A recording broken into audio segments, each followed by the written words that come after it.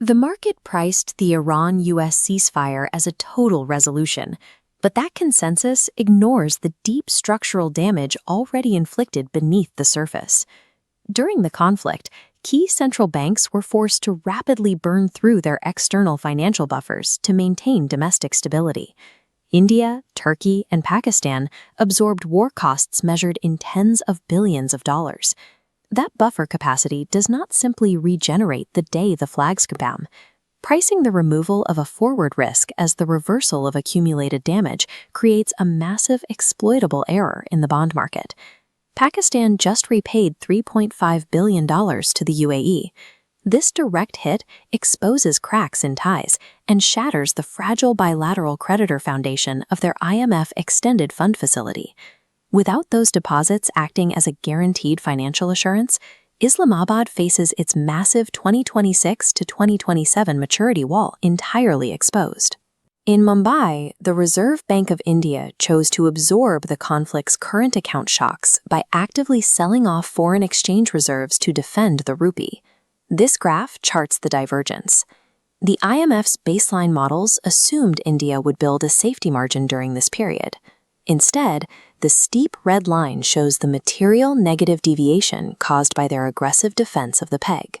These central banks are executing stealth balance of payments adjustments. The damage is invisible in price data, but clearly visible in the rapid sacrifice of their sovereign safety nets. Turkey's central bank arranged $20 billion in emergency gold sales and foreign exchange swaps in March alone. This isolated, extreme sterilization effort instantly wiped out 6 to 9 months of the reserve accumulation previously projected by the IMF. This visual breaks down Turkey's headline reserve figure.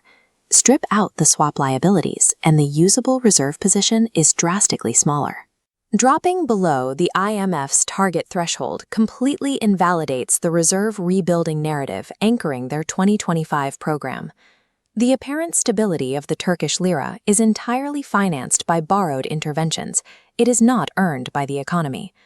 The current ceasefire rally is amnesiac. Spreads on Pakistan external bonds, Indian local currency duration, and Turkish local instruments have compressed to levels that offer zero compensation for these completely depleted buffers. The clearest contrast is in Vietnam. Hanoi completely bypassed the energy import shock transmission mechanism that gutted South Asian reserves. Their heavy export-oriented growth strategy and massive current account surplus provide a rigorous structural shield against regional volatility.